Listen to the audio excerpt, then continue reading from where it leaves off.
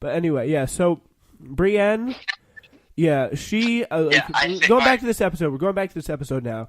Brienne leaves the party hall of Winterfell. She's all kind of sad after having a little bit. The company is 10,000 men, by the way. No, 20,000. No, 20,000 men. Gold company's 20,000. They say it in the show like a billion times. Yeah. So here's the thing: is I think that Jaime only had sex with Brienne. It's hard to see if he could have sex with another woman and not feel love for Cersei, and I think he didn't. I think he still loves Cersei, and that's why he went back for her. I think he didn't. Ooh, that's interesting. I like that. I think it didn't feel right without. Yeah, Cersei. I kind of buy that because like it wasn't a good thing. Like he wasn't going back. Like I'm going to kill Cersei. I'm going to put an end to this. Yeah, he wasn't like, going back. He's like, I'm going back to save her. Like he feels for her. Like he was like. He said Brienne Tarth was like, nah, this does not feel right. But the question is Cersei gonna accept him back though? That was also like weird though. No, that's not what's gonna happen. Jaime is gonna try to save Cersei from her death because he knows that if she stays in King's Landing, she's gonna die. Like that's that. No, he's gonna kill Cersei. He's the Kingslayer. Right. I don't know. There's two alternate paths. I think Jaime's the key part. Here's what I think is gonna happen. Either Jaime goes up there and tries saving her. Okay, and then Jaime ends up dying because Cersei doesn't want to leave. Or Jaime goes there and tries to save her, but then realizes she's crazy and kills her. All right, yeah. So that's all for next episode. But now we go to the forest now. After Brienne and Jaime, they do their little thing. Daenerys comes to Jon's room.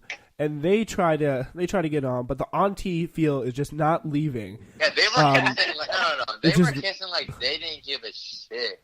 Like people like Tyrion and Varys like acting like Jon wouldn't be okay with it, but it looked like he was totally okay with it. Like Jon just has to take what he can get, like while he can get it. All right, yeah. So they have this kind of interesting conversation, saying like, Dany's like, I try to forget. Like speaking the words that we all. She's representing the audience. Yeah, she's blaming him for the throne, of course. Because now that she finds out she has a claim, he's like, oh shit, I gotta make sure this guy loves me. And she also is dealing with the fact that no one in the North is bowing down to her like she wants. She's not having that same experience where every like liberated slave population she frees is like Misa, and like they just love her. Right. And Jon's now saying, I want to tell my family that we are related. And he says, quote, I owe them the truth. Even if it destroys us, Dany replies. As far as Daenerys sees it, pretty much that Jon needs to bring his family in line behind Dany as the one true queen. Meanwhile, Jon is no doubt yearning for days when someone... How is Tanya's... pretty much like loving... Which just pretty much wants to go back to the days of Ygritte, which just makes it simple. Like that was those were fun times. Then we turn to the big war room for the post battle talk, and Grey Worm does not have good news. It's the big battlefield kind of. They get the map on the table, and learn that half the armies are dead. Take the were they at Blackstone or were they at Dragonstone this episode? They fly to Dragonstone. Yeah. All right, we talking about that, dude. We're getting to that. Hudson, we're getting to that. Jon pledges the Northern armies to Daenerys. I was just like, and apparently there's still some. There's still some Dothraki left. No. How are you? No. There's like 2,000 Dothraki left. Yeah. What? Where? I don't know. Maybe they didn't send them all. I know they said there's some left. I remember. I don't know. Yeah, there are Dothraki left. They're talking about surrounding King's Landing, and they're like, let's take the Unsullied and all the Dothraki, and let's just surround. Well, none of them. You know what they need to do? I think they're going to try to do is go to Dorne, because they have to go to Dorne. Dorne is like the typical. They're really good at fighting the whoever's in King's Landing at the time, because Dorne. There's a new prince in Dorne. Dorne has a good army, and they just need men. And Dorne is probably going to be the best spot to rebel against, and also the Iron Islands as well. Everyone, Dorne's gonna be like, bro, like we gotta kill the mountain. That bitch is still alive. Yeah, they are perfectly good to get behind Daenerys. The last character living. Sorry, just kidding. All right, bro. Every time we talk about Dorne, gotta rip for Oberyn. Yeah, Oberyn. Yeah, that was tough. Poor eyeballs. Yo, his death like hurt me. Like I loved Oberyn as a character. Like just because he was standing up for Tyrion. And like I hated that. He wasn't standing up for Tyrion. He just wants to kill the mountain. Yeah. So anyway, dude, I don't care. Like it. Oh, it was just like.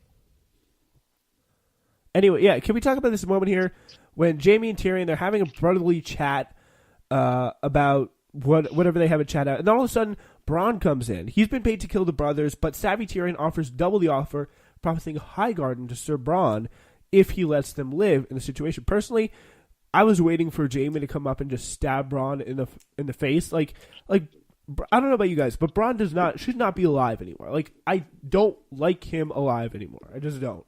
I feel like he should be dead at this point. Yeah, like you go and threaten the Lannisters. You go and threaten pretty much everybody. Like you have no loyalty. Like that is like all of untestable. like Jon Stark's like second life people are all dead besides like Sam and Gilly. Yeah, I mean, yeah, because Ed died and all that. The people from the night. Oh, I guess Tormund's still alive. Yeah, Tormund too. Yeah, but Tormund's out of the story. I think. Tormund and Ghost spinoff series confirmed. I sent that meme, Hudson. Joke. Yeah, so we got Daenerys' small fleet heading to Dragonstone when you're on Greyjoy, literally out of nowhere. No, wait. Please preface this. I want to give a little story to this. Yeah. Okay. So I'm FaceTiming Zach. He's asking me so many questions, which is okay. And then I'm like, yo, like I'm just assuming it's not going to be anything important being told. Like I'm just swearing. But yeah, as I was going on, and then all of a sudden I see the Dragon jump. I'm like, oh shit. Yeah, that's literally that's me. I thought it was done. I thought nothing was going to happen. Yeah, it caught me off guard, dude. Yeah, it caught everyone off guard. And then just fucking Rhaegal just eat. Yeah, it hits him 3 times. He had a crossbow way better than the one that Qyburn had. I didn't think he was going to die, and then they were just like, bang. Yeah, when he hit him again, I was like, oh. And yeah, that was rough. Yeah, Euron's about to ignore the instructions on his dragon crossbow warranty and use it to smash some ships as well.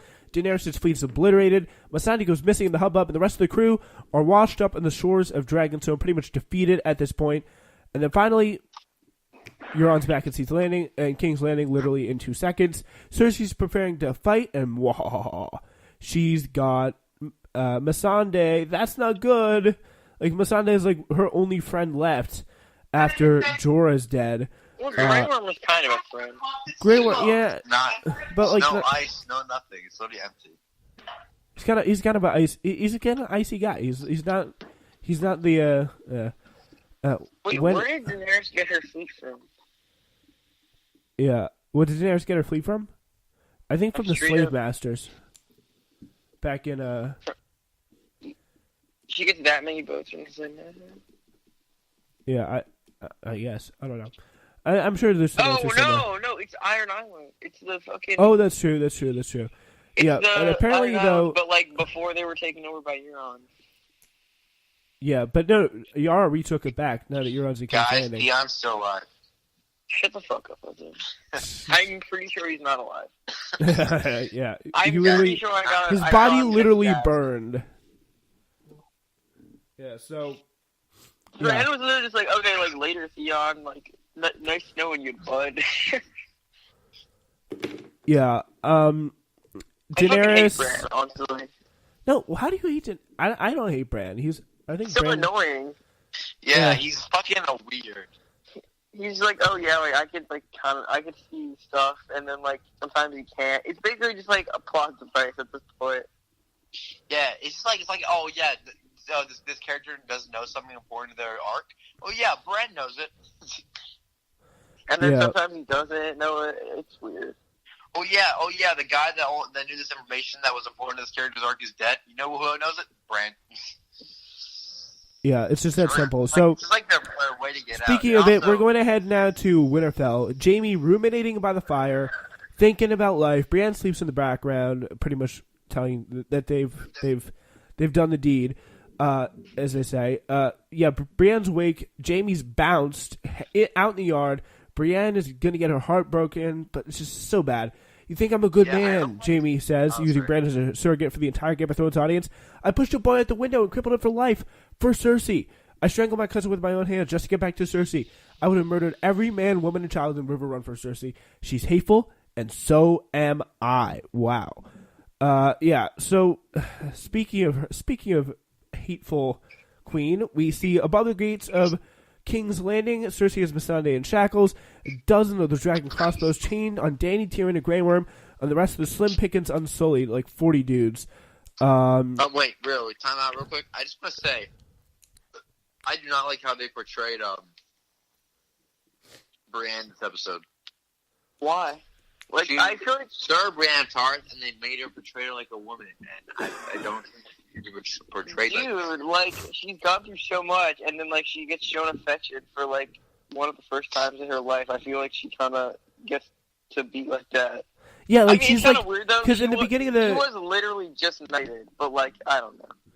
Because, I don't know, it's, like, before, it's such a, like, awful thing for Jaime to do, because, like, she's just like, are you just being... Like, all the time, every time I see you, like, you insult me by this point in our conversation, since that in episode 2, and he's like, I would like to fight alongside you. It would be my honor. And, like, he's on a redemptive path, and now he's like, yeah, screw you. I'm about to go back to Cersei. Like, it just seems like abnormal human behavior. Like, I don't know. Also, it's unclear if Euron and Cersei are, like, in love. I don't think she loves. I do not think she loves him. I do not think she loves him. I don't think she loved anyone since Jaime. Yeah, I agree with that. So anyway, finally, obviously we know what happens. Bro, literally, Lancel, what a fucking meekness.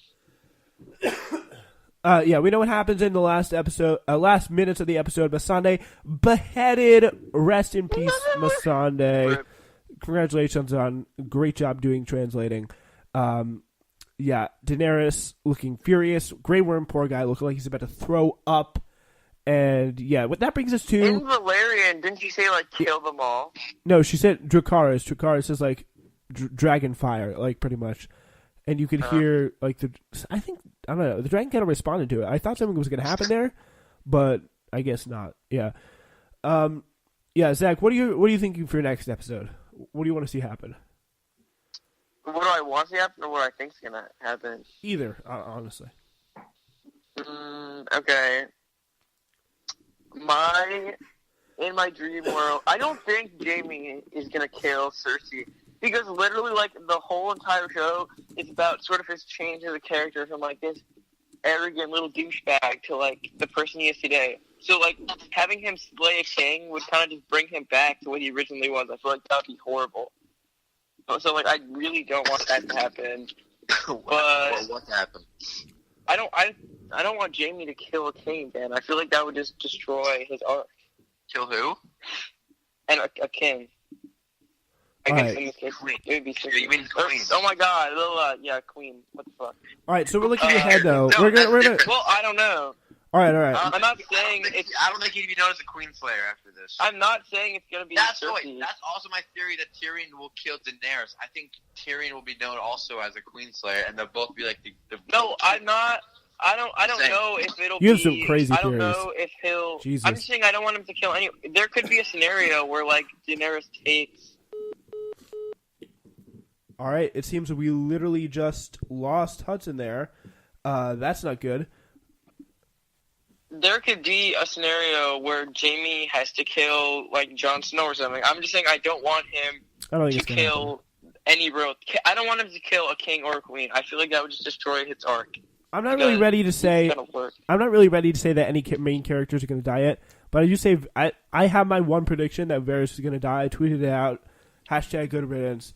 But another thing to note is that the last of the Starks kind of pretty much just operated as a breather between battles. This past episode last week. Next week's episode is going to be 1 hour and 20 minutes long, just 2 minutes shorter than the Long Night. So it really does appear the Battle of King's Landing, with the fate of the Iron Throne and all the Seven Kingdoms hanging in the balance, except for the Game of Thrones penultimate episode. And luckily, it's going to be taking place during daytime. An interesting thing, Emilia Clarke said that Episode 5 is bigger than Episode 3. It's once again directed by Miguel Sapochnik, who did make The Long Night. So, yeah, he did Battle of the Bastards. He did Hardhome. If you remember, was the one where the Night King raises the dead. Yeah, so it's a lot of fun stuff. So what and I'm going to start asking this question. Should Sansa have kept Jon's secret?